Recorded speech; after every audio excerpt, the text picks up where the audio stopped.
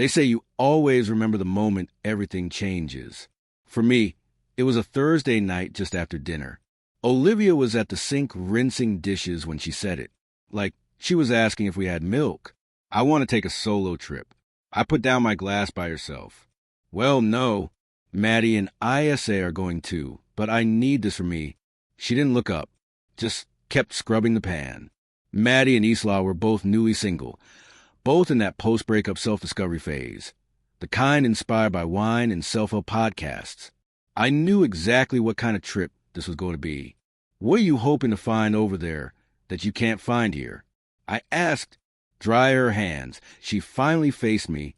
I've never done anything on my own. Richard, I went straight from my parents' house into this life. I just need space to feel like myself again. We'd been married 4 years. Bought a house the previous summer. I thought we were steady, dependable, maybe not exciting, but solid. It's not about partying. She added quickly, reading my expression. It's not like that. I just need to think. I nodded slowly. So, you need space before what? Before kids. Before you're too tied down to go bar hopping through Europe with Maddie and her yoga instructor. That's not fair. Which part? The trip? Or the fact you're deciding all this without me? She let out a breath. I knew you'd react like this. That's why I almost didn't tell you until after I bought the tickets. That's when it hit me. This wasn't a discussion. It was a heads up, a polite warning, before she did exactly what she wanted anyway. She left the following weekend. I didn't try to stop her, but I made a quiet decision of my own that night, one she wouldn't see coming. I drove her to the airport that morning. Not because I wanted to, but because I didn't want her to have any excuse to call me petty. She looked like she was headed to brunch instead of crossing an ocean. Linen blazer, big sunglasses, expensive suitcase. You okay? She asked as we pulled up to the curb. I'm good, I said, cutting the engine. You got your passport? She nodded but paused. You're being quiet. I turned to her. You're going on vacation with 2 women who treat relationships like gym memberships. And you're asking why I'm quiet. She frowned. This is why I needed to get away. You twist everything. Not everything's about cheating. No, I said, but trips like this tend to leave doors open that shouldn't be. She rolled her eyes and got out. I followed to grab her bags. She kissed me on the cheek like I was a co-worker instead of her husband. I'll text when I land, she said. You don't have to. Her smile faltered. What's that supposed to mean? It means go do what you've already decided to do. Just don't pretend it's for us. She didn't respond, just walked inside. I watched her disappear through the sliding doors, then drove off without looking back. That afternoon, I started combing through our joint accounts. I didn't touch her money. I'm not that guy, but I moved my paycheck to a new bank. I can lead the fall trip we planned. Had the refund go to my card. Changed the billing on everything with both our names, electricity, insurance, streaming. Small things, but they mattered. We weren't separating. Not yet. But I was done pretending to be a man whose wife still respected him. She wanted space to find herself. Fine, I'd be here paying attention. By the 4th day, she posted the first photo. Wine glass cafe table caption, Lost in Lisbon Finding Peace. Lisbon hadn't even been on their original plan. Then came Seville, Milan. Nice. The 3 of them were clearly winging it, hopping from city to city like undergrads on gap year budgets. Every photo looked curated. Plates of food, sunsets by the sea, sand between their toes, Olivia in flowing dresses and sunglasses, laughing with Maddie or staring dramatically at some piece of art. But one picture made me pause. A group shot, the girls and 3 guys I didn't recognize. One of them had his arm around Olivia's waist. No tags, no context, just a caption, New friends, old souls. I stared at it for a long time. Then I opened a folder on my desktop and started saving screenshots. Call it paranoia. Call it being prepared. Either way, I was done giving the benefit of the doubt. I didn't comment. Didn't like any of her posts. Didn't text. She messaged me once that week. Hey, hope everything's good back home. We just got to Barcelona. It's beautiful here. I left it on read. The next day, Maddie posted a video from a beach club. Olivia was dancing barefoot. cocktail in hand. That same guy was there, shirtless, leaning in to say something in her ear. She didn't move away. I watched it twice, then saved it in the same folder. Still didn't say anything. 3 weeks later, she walked back through the door like it was any other Sunday, dropped her bags in the hallway and grinned. God, it's good to be home. You would not believe the train situation in Italy. I was leaning against the kitchen counter, arms folded. She glanced around. You rearranged at time. She stepped closer, leaned in to kiss me. I turned slightly. She caught my cheek instead of my lips. Her smile dimmed. You mad? No. I said, you're back. That's what matters, right? She let out a nervous laugh. Okay, I know how it looked, but it wasn't like that. We just needed a break from everything. Looked like you made some new friends, I said. She hesitated. You saw the posts. I saw enough. Richard, come on. You know how those things go. People end up in group photos. It doesn't mean anything. You weren't wearing your ring. She winced. It was safer that way. We were traveling. And I didn't want to draw attention. I said nothing. She crossed the room to her suitcase and began pulling out trinkets. I brought you something, she said, holding up a Vespa-shaped keychain. Remember how you always talked about going to Rome someday? I took it and placed it on the counter. Then I opened the drawer and pulled out the envelope I'd been keeping there. I handed it to her. She opened it slowly. Inside was a printed email from the bank, a notice confirming our accounts were being separated.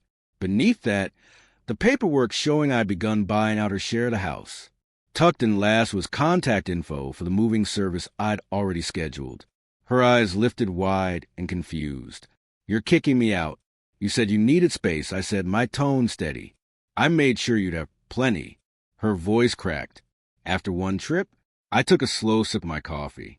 After one decision, one that didn't include me, she dropped onto the couch, shaken. It wasn't supposed to be permanent. Richard, I just needed some time. Time for what? To flirt your way through Southern Europe? Pretend you were 20 again? She looked at me like I was being cruel. You're overreacting. You won't even let me explain. You had a month, I said. All I got were polished photos and vague captions. I didn't cheat. Did you come close? She didn't answer. That's said enough. You think because you didn't cross some obvious line that nothing happened. But you erased me the second you boarded that plane. You wanted freedom, Olivia. You got it. Freedom costs. Her eyes welled up. So that's it? You're just done? I didn't say anything right away. Instead, I walked to the closet, brought out the duffel bag I'd packed for her, and placed it gently by her feet. You can stay with ISA or Maddie. You got places to go. She rose slowly, her voice barely above a whisper. This is really happening. I looked at her. I warned you. I told you not to pretend it was for us. You made your choice. Now I'm making mine. There wasn't a fight. No shouting. Just a silence that settles in when something ends for good. By the end of the week, she was gone. Maddie came in her little blue car to help with the rest of Olivia's stuff. She barely looked at me when I opened the door. Just a flat, hey, before she walked to the bedroom. Olivia didn't speak much either. She moved through the place like a guest, taking down photos, clearing drawers, leaving half-used shampoo in the shower, like she couldn't bring herself to finish the goodbye. At one point, she stopped in the doorway while I typed at the dining table. This doesn't feel real, she said. I didn't look up. It is. I thought we could fix it when I got back. You should have thought about that before you booked the trip without me. That weekend, my brother Aaron came by with his truck. No questions. Just helped load up what was left and took it to storage. After he left, I wrapped myself in a blanket and sat on the balcony with a glass of whiskey. The house was quieter now, but it wasn't empty. It was mine. I wasn't angry, wasn't broken, just free. She chased freedom across the world. I found mine without ever leaving. 2 weeks passed before I heard from her again. A number I didn't know lit up my phone.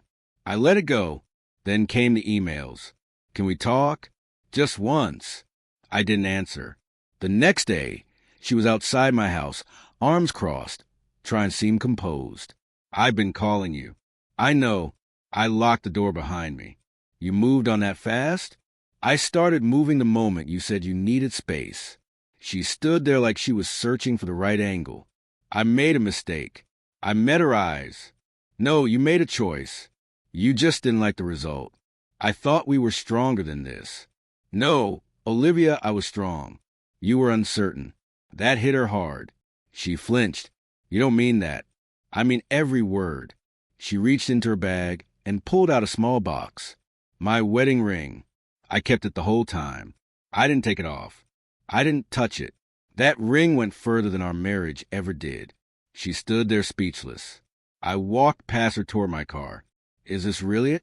She asked, panic creeping in. I looked back. You asked for freedom. You got it. Then I got in, started the engine, and didn't look back. It's been 5 months. The house sold. We split everything that needed splitting. No court battles, just clean cuts and quiet departures. I moved into a smaller place near work. 1 bedroom, simple, uncluttered. Mine. I started running again. Took a photography class on Thursdays. It's strange the little things that come back when you stop bleeding for someone who wouldn't have done the same for you. Friends still ask, are you sure you don't want to talk it out? She's in therapy. She might have changed. Maybe, but I don't need to know. That's the beauty of truly letting go. I heard she started dating again. A few short flings, nothing lasting. Eventually, she sent one last message. A photo, the Vespa keychain sitting in her hand. No words. I deleted it. She doesn't know I kept mine. Not as a keepsake of her. As a reminder that love, the real kind, isn't about drama or do-overs. It's about who stays when it's hard. Who resists when freedom looks tempting. She left to find herself. I stayed and found me. I'm dating again, slowly, carefully. I don't chase fireworks anymore. I look for the quiet, the steady, the ones who stay when no one's watching.